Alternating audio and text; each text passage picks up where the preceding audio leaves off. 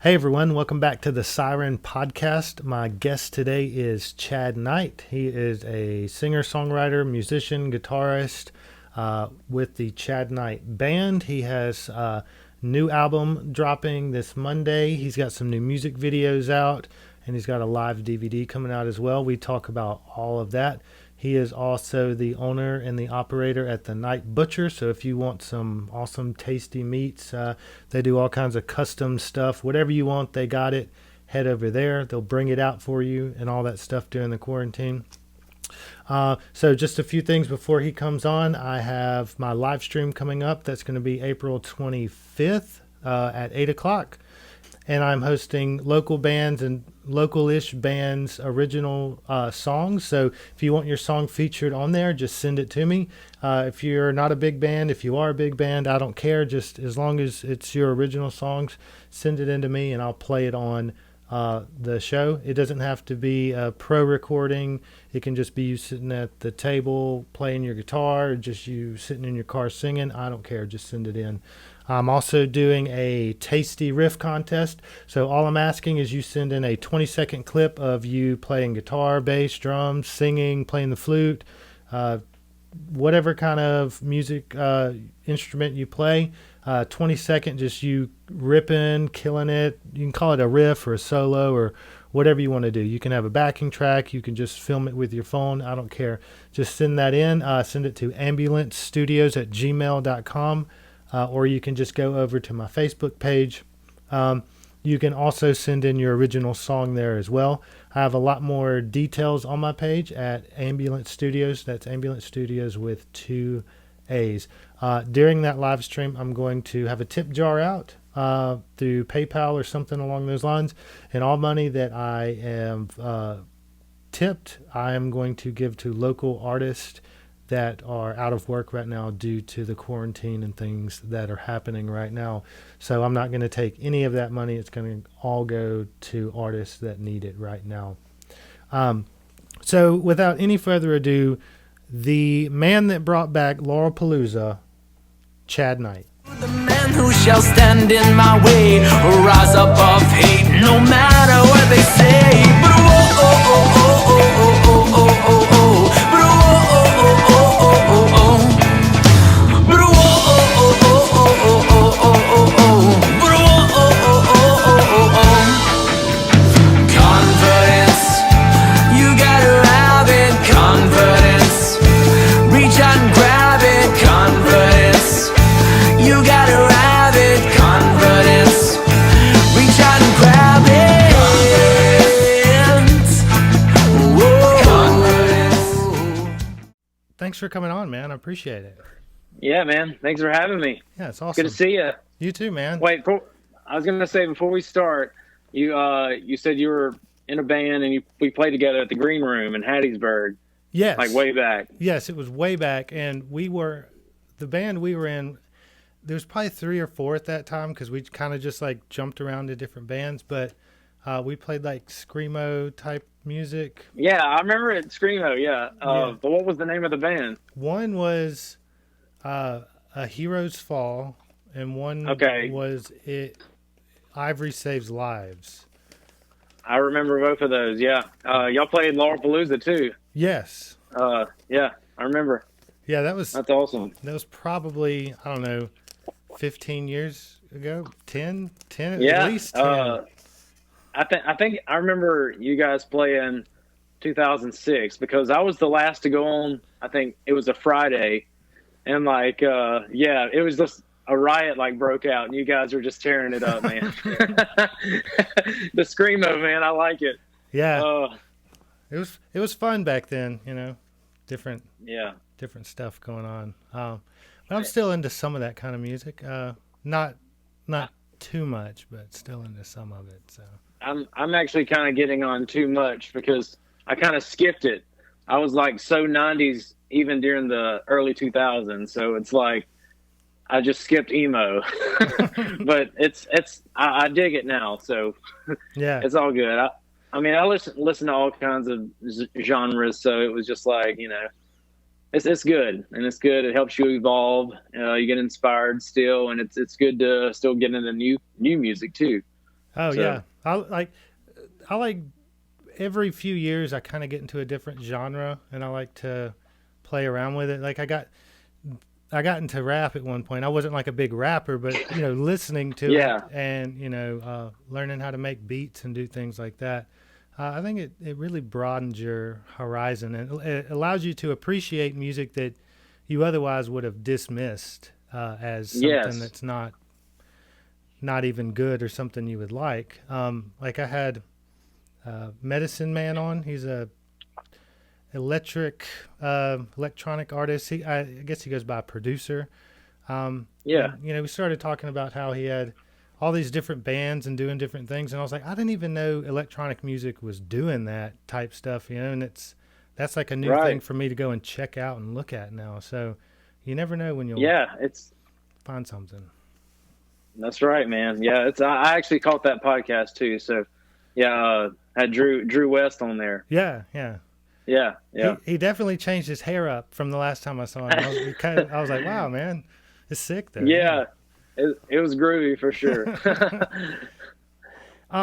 So I mean, the way I like to run my podcast, I don't really like to have a back and forth type of interview thing. We can just talk about whatever. I do have some like talking points I think we could talk about and stuff like that. But if you Yeah, if you think of something you just want to talk on it, we can just go on a tangent if you want to, or whatever. Whatever. There's no rules on here. So yeah, man. I actually, man, I've been just so busy. I usually do a vidcast for music just to kind of let people know what's going on because I'm always working in the background more so than out doing the live show thing. But yeah, man, just hit me with whatever and we'll go from there. well, one thing is. You have some new videos and new albums, and you said you had like a live DVD coming out. So what's going on with all that stuff?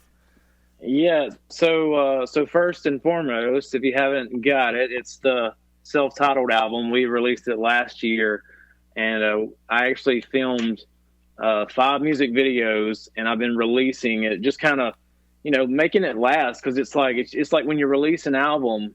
And it's just like it's yesterday's news the next day. Yeah. I mean, locally and regionally, but it was kind of cool working with film more. So I had a camera follow me around all of last year, basically on all the music projects we did, which is for the DVD. We'll get to that, but yeah, just having a lot of these songs really come together so well because I actually really took my time on this album. I would say it's my best album.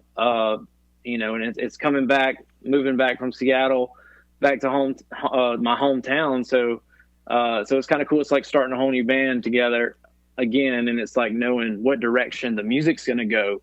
But yeah, just releasing all these videos for the singles, and just every so often. I mean, just like any other album is. It's like 1.5 year to 2 year before another release would come out. So you would get these singles every other month or so, just kind of making it last and really coming in, just like understanding the song more visually too. Yeah.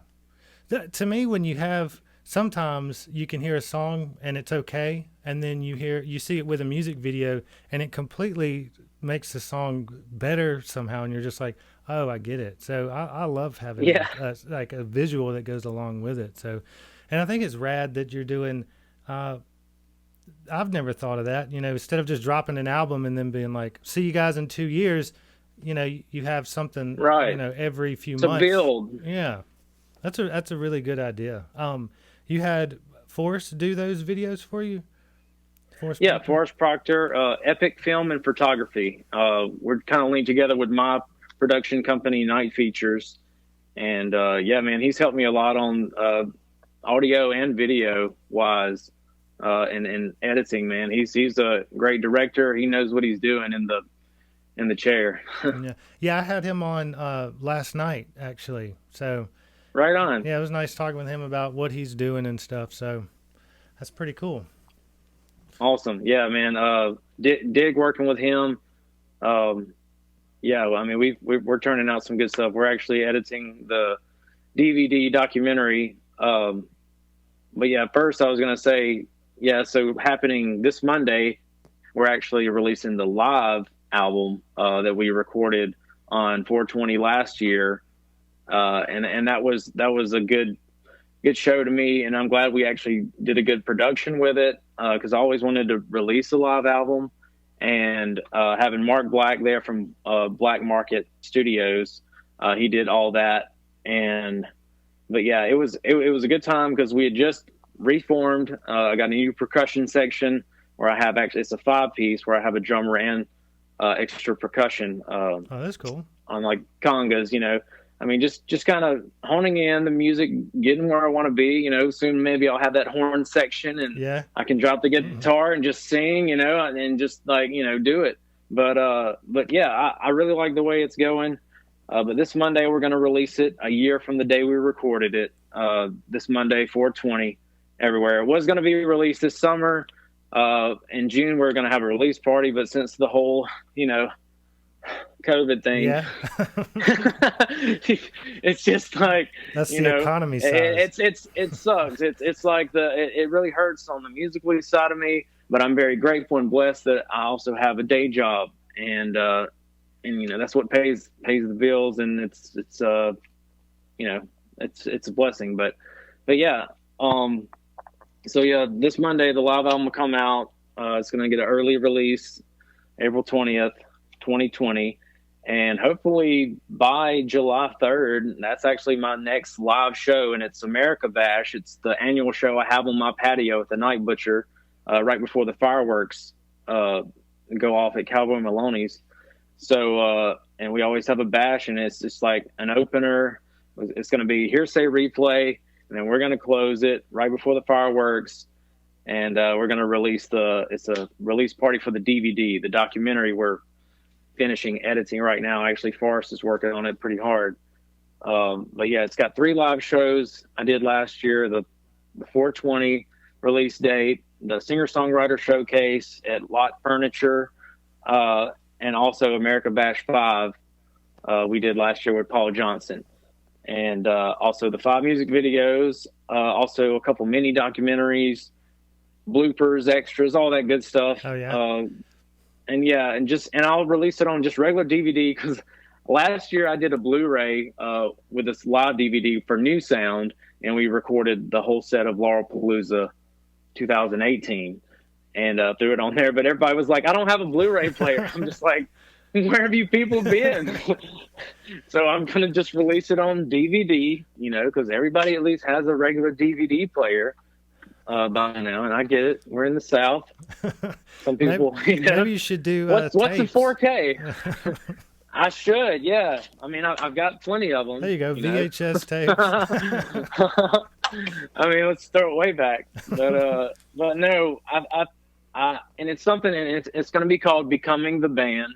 It's like becoming the man and X out the man and put band, because it was just about regrouping, reforming, really, coming together on a record that you like. Just, I don't know. It just like, it seems like in the past I used to just write songs just so fast and just to have something. And like, I really spent about 4 years writing this album and just really honing it in every step of the way. And just like, and you're like, man, I know exactly how it's going to sound before I even put it on paper. So it's just that feeling. And that's why I love this album. I love the group of guys. Drew Parker's been there the longest, the bass player. Yeah. He's been playing with me for 15 years. Wow. And he knows me. He's like the assistant of the Chad Knight Band, the assistant manager. but and then adding the keyboards, which everybody told me Dale Smith has been wonders, and we give it all to Dale. It's all praises to Dale. He's like the lead and rhythm keyboardist, man. He's like an octopus with that thing. I caught he had a video he posted of him playing an Ozzy Osbourne song, and he was just surrounded by keyboards and stuff, and yeah, dude, he's a maniac. But yeah, Dale's amazing. Picked up Kay Presswood for drums. He was just about to sell his drum kit because he was in all those bands in the mid 2000s playing drums, All Against All. and now he's back at frontman too. I think we kind of inspired him and got him back in the scene, and Yeah. which is really good because he was a regular customer at the Night Butcher. We'd always talk music, back and forth. He told me I needed to check out 21 Pilots, and I'm glad he did because I did, and I love them. But just stuff like that, just bouncing off ideas and. Hey, what about a Nothing Faded reunion? But They should do it. Cave is, yeah, I know, right? I'd watch it. Yeah. Yeah, for sure, dude. I love when I had Waiting for Brantley back at the first Laurelpalooza I brought back in 2016, and that was a very good show. Yeah. But yeah, Cave has got that producer mind. Like he's like, all right, what do you want? A, B, or C? And he'll play it, each one of them. I mean, I don't know, he's a real fun guy and real treat to be playing in a band with him. And then we got Brian Ginn on percussion. This dude just walks in the shop and wants to play. He's like, man, I got all these worldly drums, and I just want to play. And I'm like, well, I've been wanting to add a percussionist, for the reggae rootsy kind of stuff for, a decade now. So yeah, man, hop aboard. And so that's how we got the 5-piece. And yeah, that was our first show all together on this live CD and DVD when we released it and had the party at Slow Boat Brewing Company. That's cool, man. A bunch of right, especially right here in Laurel. Didn't Slow Boat close down? They did. New Year's Eve was their last show. Yeah. That was our music scene, and we met a lot of people, met a lot of bands, just played around here you didn't know of. Made a lot of contacts. Great vibe, and like I said, Laurel's only music scene. Yeah. I hate to say it. Yeah, I lived in Laurel. I don't know, 4 years ago. I actually lived right behind that $3 car wash. Like that was my backyard at the. Yeah. And then I moved to Petal, and then now I'm in Hattiesburg. So I've been out of the whole scene there at in Laurel. So not sure really what's going on anymore out there. Hopefully, I'll get more connected doing the podcast and stuff though. So. Yeah, I was gonna say, man, I'm glad. Like, thank you for, your interest in the scene, because it's good to have somebody to broadcast, and it's, I don't know, I just like I've been talking with a lot of like the veteran players around here, and they're just like, it's a good time to start collecting all this like film, it feels like it's coming back. I mean, all these bands are coming up. I'm seeing a lot of the youngsters because I host, we did ribeye sandwich days at Night Butcher, and we'd have live music on the patio, and I would use it just like Signature's Coffee House did for me, a platform to be heard. I remember people going love it, there. Gets people downtown, and, it's a good thing. It's good to see a crowd, but we're crowdless right now. Yeah. Pretty much everywhere is crowdless right now. Yeah, man. So I want to have anybody that wants to come on. Any kind of one thing I've always said to myself, if I were to start doing something or host anything with any kind of I don't want to say like power, but any kind of thing that's kind of out there that can give platforms to someone else. Like if I were to own a venue. Make sure that people that aren't just the top players, like I want everybody on, like anybody. Yeah, exactly. Yeah. Because a lot of times with back when I was playing kind of a few years ago, it was hard for us to get into venues and even play our stuff, but I'd see the same bands there all the time. I just want to make it to where anybody can have the chance to, like right now I'm hosting a live stream in 2 weeks, and I'm just playing original music from people around the area. I mean, if it's just somebody that's got an acoustic guitar that would never play a live show but wants people to listen to their music, I'm like, send it in, I'll play it. Even if it's just you saying a poem or something, send it in. Like, Like the more, Absolutely. the more, the better. You know, you don't have to have, Yeah. you know, that's That's a.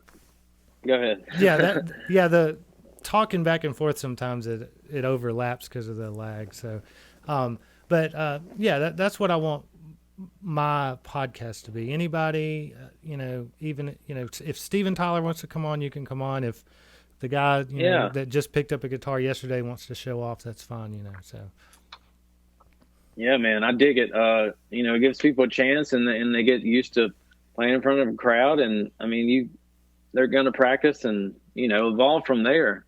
Everybody's got to have a dream, right? yeah, start somewhere. That's right. But yeah, that's how I kind of pay homage to it, because that was the first gig we played at when I was 18. A pop punk band called Split. Actually, the drummer was the lead singer for Waiting for Brantley. Oh yeah, Stephen Holland. Yeah, that's cool. but yeah, that's where we got our start, and then went to the green room where that was it. Everybody's when we got a chance to get out of Laurel to Hattiesburg. I think that was our first gig in Hattiesburg. I feel like they were just like you call them, be like, "Hey, can we play?" And they're like, "I don't care. Just show up." Yeah. And then you show up, exactly. it'd be a bunch of guys playing pool, and there was some gangs and stuff. But Yeah. that one little area they would pack out. I don't know what they did the rest of the week, but Yeah, everybody was just like, "Oh, we got to pay a cover now." $3. No. Yeah. Man. Hey man, can you get me in free? Oh, I know, right? Yeah, man, those are good times. It was good getting our feet wet and just being the weekend warriors we were. Yeah, I mean sometimes we play 2 nights in a row there. They would just be like, "Yeah, you can play tomorrow night too." Yeah. We'd be like, "Okay, sure." Yeah, get the Friday and Saturday. Yeah, and it was like make enough money to eat at Waffle House right next door. Yeah, exactly. We'll just walk right over there to the Waffle House. That's right. Well, maybe they need Sober to open up. that. I'm gonna go and open that back up and call it the green room. There you go, man. I Anybody? would play there. I played both nights. Double feature. Yeah, if you play here, you have to play Friday and Saturday night. You can't do just one. That's my rule. Yeah, dude. That's awesome. That way you can just like set up, not tear down until Saturday.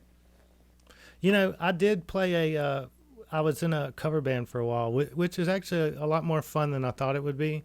And we played kind of far off, and we played a show where you just play for a couple nights, and after playing a 4-hour set, and then you get off and you're just like, "Oh, I can go home right now," or like I can go back to the hotel. And having not to break down after a set is really nice. Like, you just walk off and, you're like, "I'm done." Just turn the guitar off and you're good. So everybody needs to do that once in their life. Play a long, heavy show and then just walk off the stage. Oh, just walk off, yeah. And everybody knew the name of, or they were singing along the whole time, wasn't they? Yeah, see, that's with a cover band. That doesn't. Like, Yeah. like, "Ooh, fuck yeah, let's play this," and then you're like, "Oh, that's not my song though." But they love it, It feels like you're a rock star. Yeah, I mean, we still play covers, man. I mean, you got to, so it's all good. Yeah. So, what with all this quarantine stuff?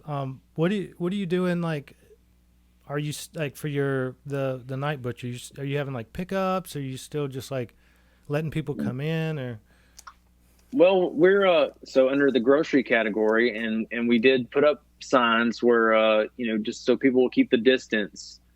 Only 5 people at a time, 5 customers in the shop. You have to wait outside if there's 5.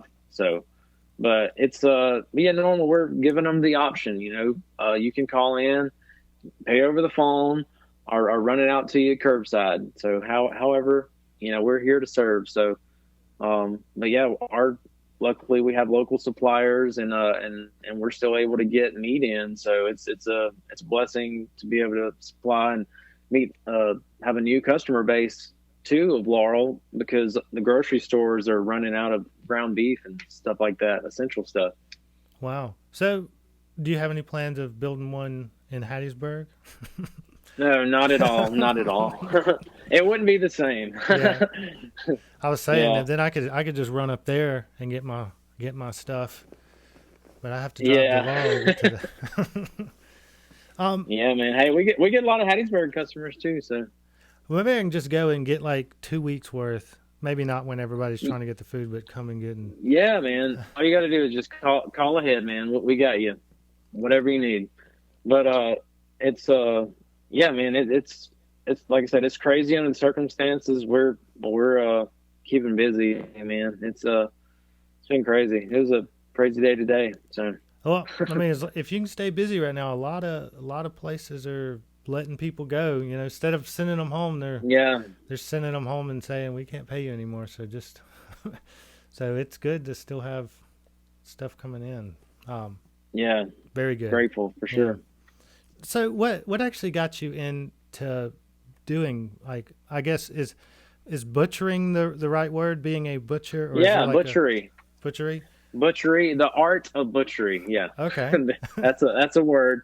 I was born into it. My dad was a butcher, and he also taught the course at JCJC, or now it's Jones College, junior college, and it was meat processing and merchandising, and he taught that class from '89 to 2003, and yeah, I was pretty much born into it. I didn't really know what else I wanted to do than to play music, be a movie star or whatever.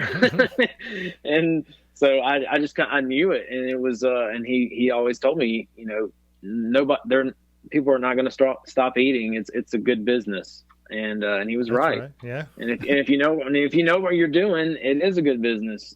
And treating your customers right, and you'll have loyal customers, and that's how it's done. But no, I after high school I did take his course, so he was my teacher. And but yeah, what we did there was you would just customers would bring in their animal, kind of like getting a haircut at the haircut school, or where students would be working on your animal. So we would do the whole process with slaughtering the animal, gutting it, holding it for 3 days so it would chill and firm, so you can be able to cut it into retail or primals, and then retail cuts, and wrapping, labeling. It was just the whole process of meat. We had one book. It was called The Meat We Eat, but we hardly ever cracked it because it was like a job, basically. We were at a slaughterhouse / butcher shop, or meat processing. But yeah, it was very interesting. I never had been a hunter, or never shot animals until then, and when you first do it, it's like a rush, and you're like, oh man. But yeah, it was. I mean, I was 18, right out of high school, taking it. There was like 40-year-olds, 50-year-olds in there with me. It was, it was fun. It was interesting and fun, and being able to spend time with my dad there, and that was fun. And yeah, then I worked grocery for about 10, 15 years. And then whenever I moved to Seattle, I got to work in some really old school whole animal butcher shops, where they would source, like we're doing, from farm to table, local beef, and you know where it comes from, and you get every part of the animal, and you would cut up a spread of beef in your case, and you could say, hey, this is one cow, the same cow, and not knowing where it's coming from, and from the cows ground together in hamburger meat. But no, it was great because they did it everything old school, and I got to work with a lot of chefs, and that's where I kind of bounced the culinary part of it, because there was never, like, they didn't have meat cutting schools in Seattle. It was all culinary schools. So some more cooking than, processing or whole animal butchering. And so it was really cool bouncing off ideas with chefs, working with chefs, learning the chef mentality. And it was great. I got to work with a lot of great people, still keep contact today. And it was a great experience. And that's what I kind of based my business model off of, is the same model.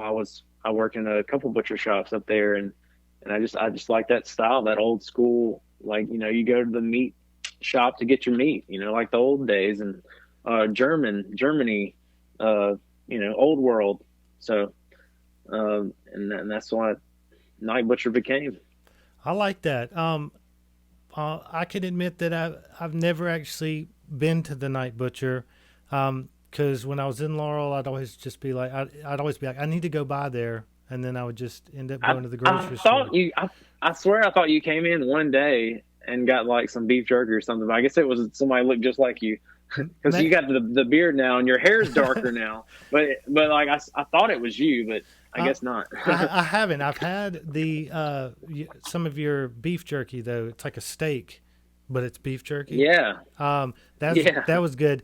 But you're making me like when I eat a lot of meat now. Like I've been on this diet for like 6 or 7 months now. It's like a meat based kind of diet. And just getting stuff at the grocery store, I'm always just unhappy with it. Every time I get it, I'm like, this is okay, I guess. Yeah. I'd rather go in and be like, hey, here's this awesome meat. Eat it. I'm going to have to start driving to Laurel and just stocking up. So, yeah, and I can each time you come, I can just send you a handful of bands, or, let you know what's going on in the scene. Yeah, definitely. I'm just going to start doing that. You've convinced me to stop going to the corner market or whatever they have here, and I'm just going to make a day trip out of it and go up to the Night Butcher. Right on, man. Yeah, we'll take care of you, man, for sure. Awesome. So you could take a cow and completely cut it all the way down to every piece of meat out of it. Yeah, man. I know every cut, everything by the book. I'm a merchandiser. Yes, I've been cutting meat for 19 years. I was thinking about that the other day. Wow. So like next year I'll be cutting meat for 20 years. It's crazy. That is pretty crazy. 20 years. So what's your favorite cut of steak, and how would you cook it? So first, which it's considered a steak, bone-in pork chop.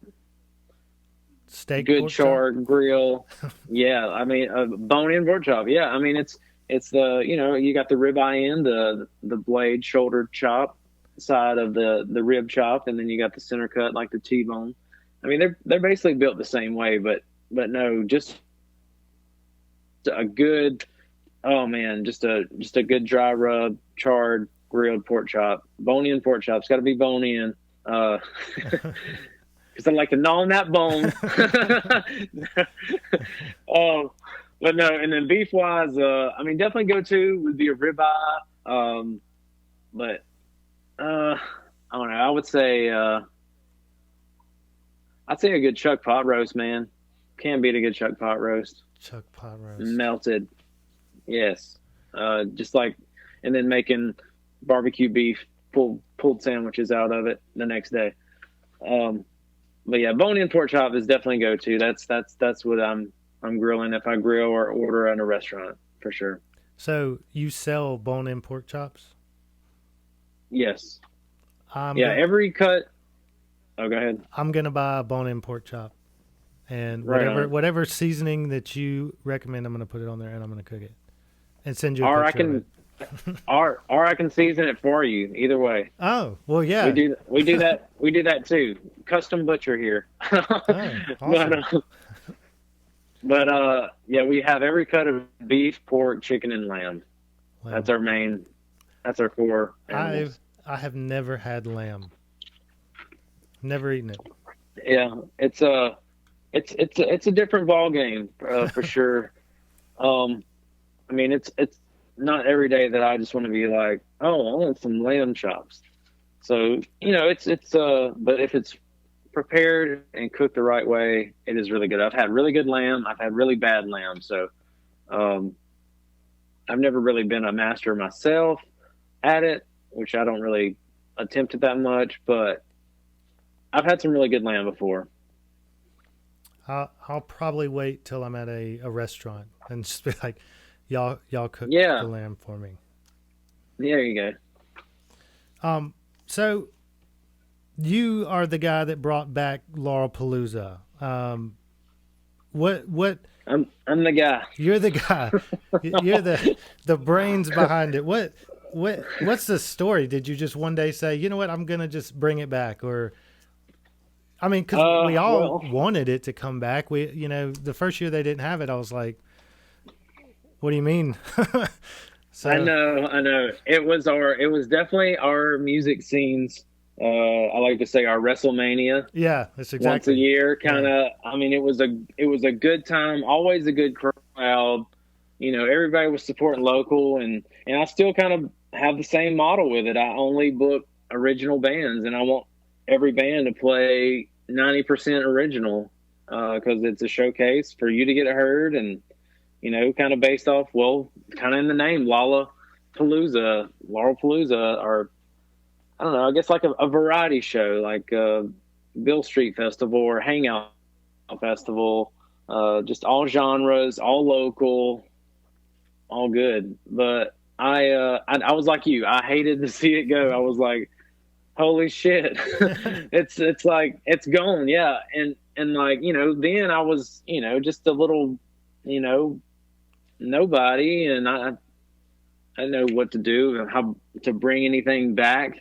And then I ended up moving because I wanted another music scene. I wanted to try, you know, take that next step, next level. But and I knew when I was ready to move back and start the business, I was like, all right, one thing I'm going to give to Laurel and to the music scene is that music festival we've all loved and we've all wait on every year, and actually held it, brought it back at Slow Boat Brewing Company, which unfortunately for the fifth time I'm putting it on, it won't be there, but we're wanting to bring it back to the streets, downtown Laurel, where it used to be. Oh, that would be awesome. I'm Yeah. telling you, that'd be sick. Do it. So right now I can't pull a trigger because of all this COVID thing. So, but I got a 20%. But yeah, with the COVID thing, it's like everything's on hold. So it's like I can't.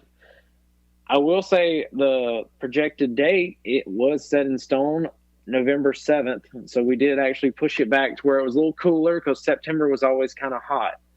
And I mean that's all I can say right now for Laurelpalooza 2020. Yeah, back to the streets. That's awesome. That's where it should be. That was where it was the best, was when it was on the streets. I think so too. I remember '05 being really, really good energy, good crowd, and we played at a good time. I think it was like 7:30 or 8 on a Saturday, and I just remember I was there both nights. Yeah. I saw you guys play. Yeah, I remember like I played twice at one of them down there. It was awesome. I liked it. It was packed. Yeah, I was man. like Yeah. nobody, like there was so many people there. It was like the whole street blocked off, packed full of people. Yeah, that's what we want to do. Yeah. I mean, even bigger, and have a beer trailer. It's we're all a little older now, and I remember it being in the park a few years, but you can't have alcohol there. So Yeah. now with the mayor lifting the sip and stroll law, so as long as it's in a cup, it's okay. Just downtown, just the downtown streets. Oh, I didn't know that. That's pretty cool. Yeah. So it's just we're getting a little more culture. So it's happening. It's just on hold right now, but it's happening. Good. I'm excited about it. So I just thought of this, and this might be something crazy, but my friend a while back, he's like, "Hey man, I found this old tape, and it's like a tape like this big," and he's like, Yeah. "My mom filmed us at Laurelpalooza," and I was like, it'd be really cool if we had all those videos from people back then at Laurelpaloozas. I might start asking people send in your Laurelpalooza tapes or things like that, and maybe have a Yeah. podcast and show those videos, on the internet so everybody can watch it at one time and comment and stuff. I think that this just kind of popped in my head right now, but that might be something really awesome to do. Maybe even leading up to Laurelpalooza. If you want to, Dude, yeah. Well, let's definitely go ahead and link up. So, be a, sponsor, yeah, yeah, I mean, be a part of it. I mean, just, and, using your sound waves of, PA.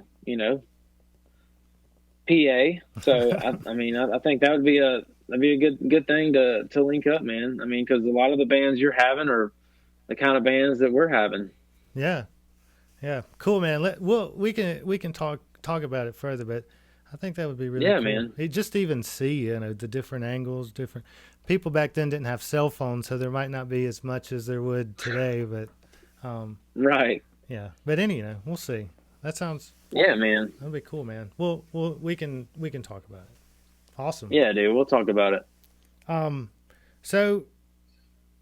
What's the night features thing? I know I've looked through it and it's like old. I want to say like B movies and stuff, like horror movies. Yeah, man. It's right now it's kind of like I'm a tape head, so yeah, my wide VHS collection.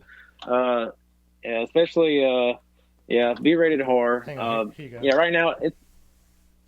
Oh, this is what have you got? This is what I got on VHS. Yeah, okay, that's awesome, man. I found it at a pawn shop, and I was like, I think it was like a couple $. I was like, I'm buying it, and I'm just gonna set it out because dude, that's my favorite Star Wars. Yeah, that's my favorite out of all of them. Yeah, it's the best one. The Jedi. So I had to buy it. Hell yeah, dude.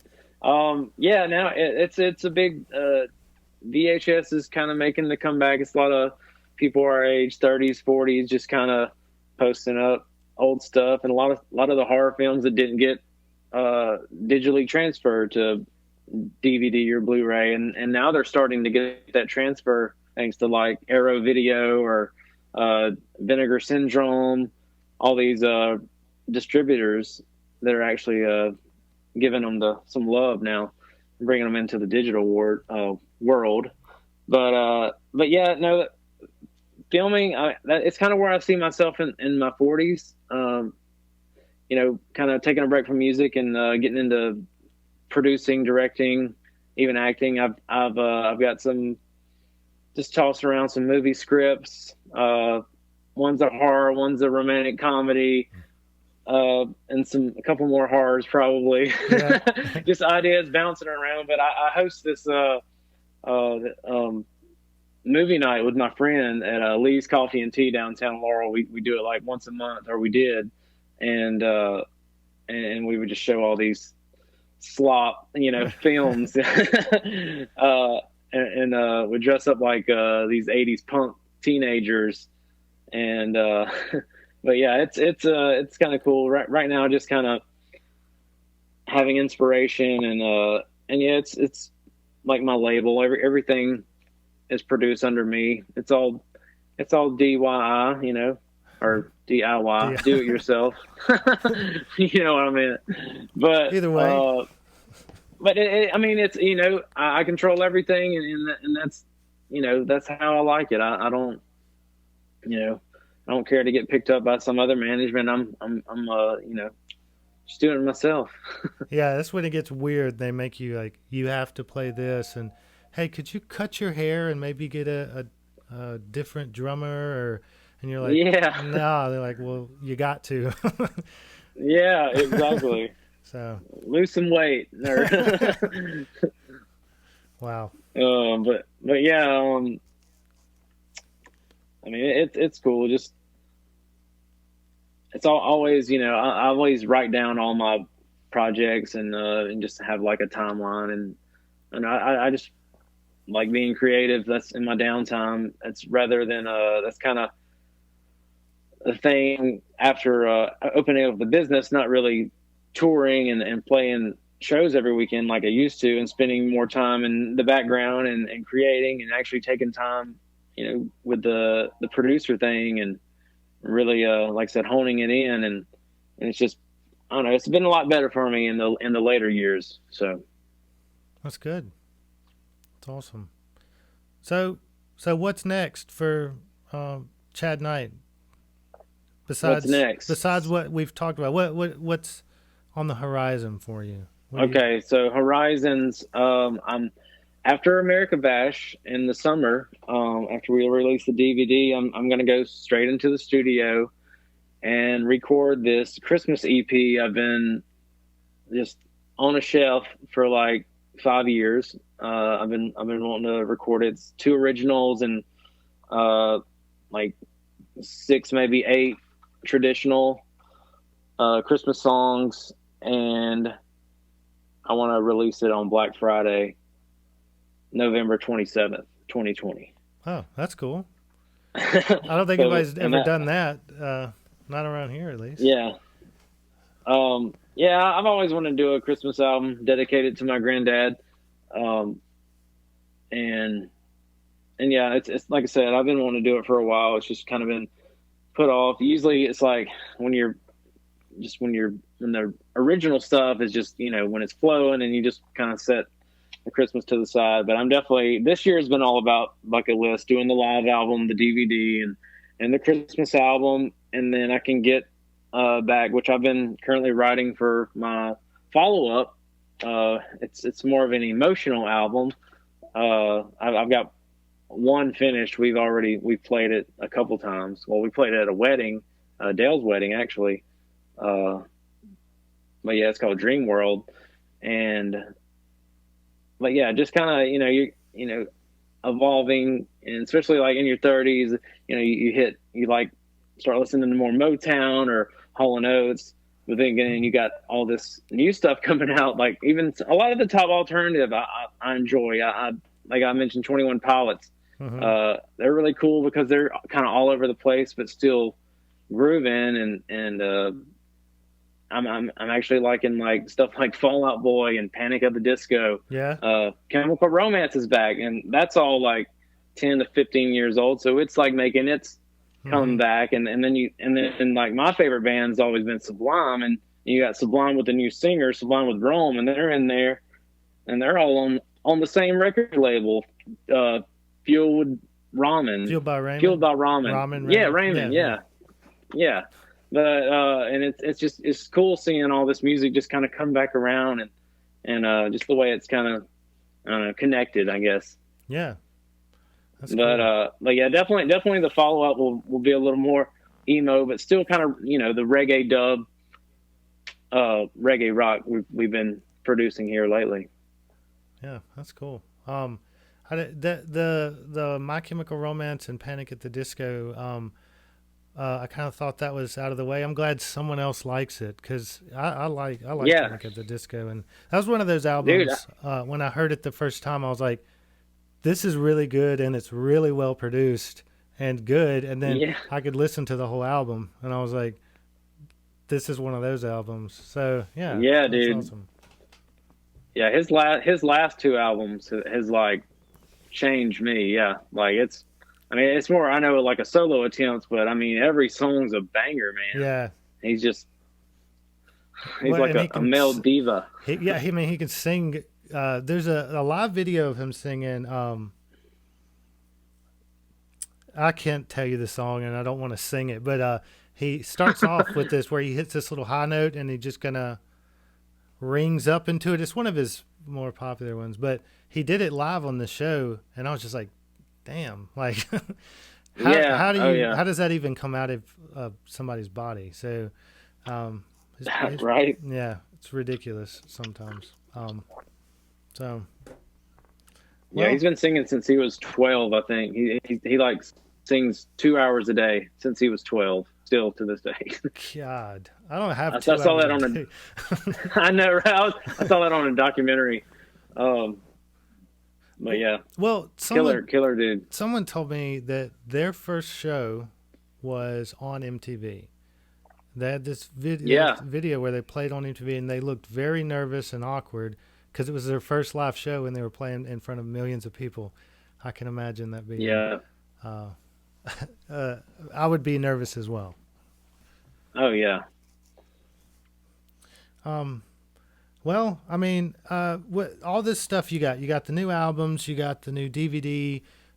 Where can people go to find it? I get you have a website, YouTube, Yeah, Facebook. so my main website's basically the Bandcamp. So just chadknightband.bandcamp.com, and there's a web store, digitally and physical stuff, T-shirts, albums, DVDs, and yeah, and just where you can listen to the new album. But yeah, every all the platforms. I'm actually starting to get back into Spotify. The live album will be on Spotify, and I'm changing my distribution for the self-titled album because I didn't realize everybody uses Spotify.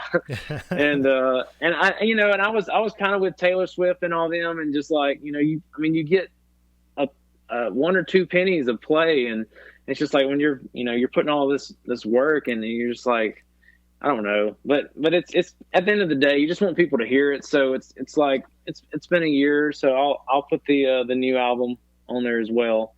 But yeah, Amazon Unlimited, Prime, iTunes, all that stuff, Google Play, All of it.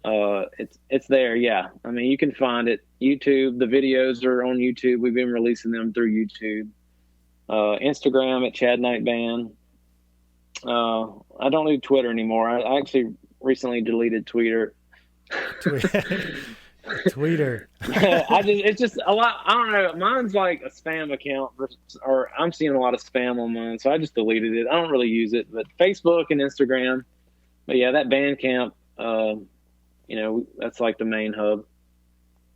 Yeah, I could never figure out Twitter. I felt like an old man or something. I was like, what am I supposed to do? And I don't know anybody. Yeah. I felt weird. So. I think it's more better, or it's better for politics or sports scores. Like famous people and stuff, I guess, maybe. Yeah, and famous people, so they can show it on the Entertainment Tonight or whatever. You won't believe what Jennifer Aniston said about Donald Trump. Yeah. So you have a new video out, and I'm just going to cut it in afterwards. So everybody listening, okay. I'm just going to cut it in. So I'll go ahead and play that right now. Oh yeah, she's got that good love. Oh yeah, I said that sweet love. And when she wanna push and chomp, it's because she wants that good love. Alright.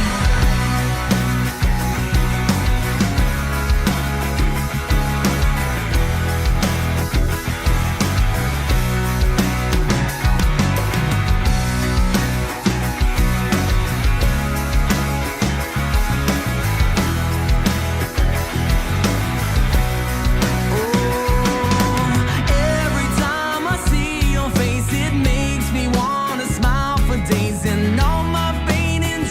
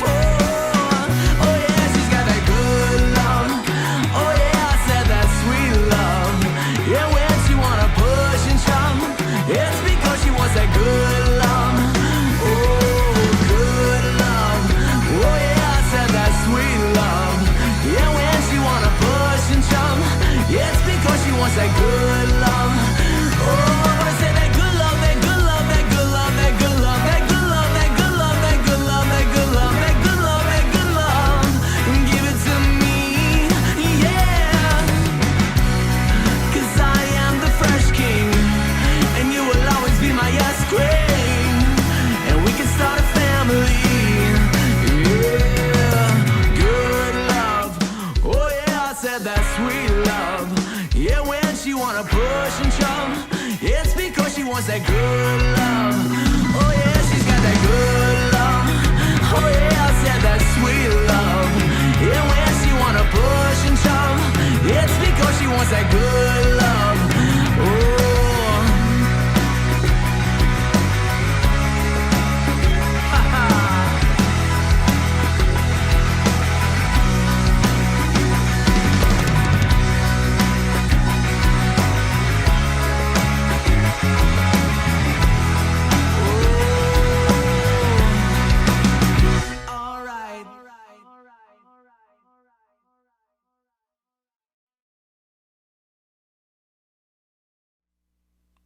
And then when There we go.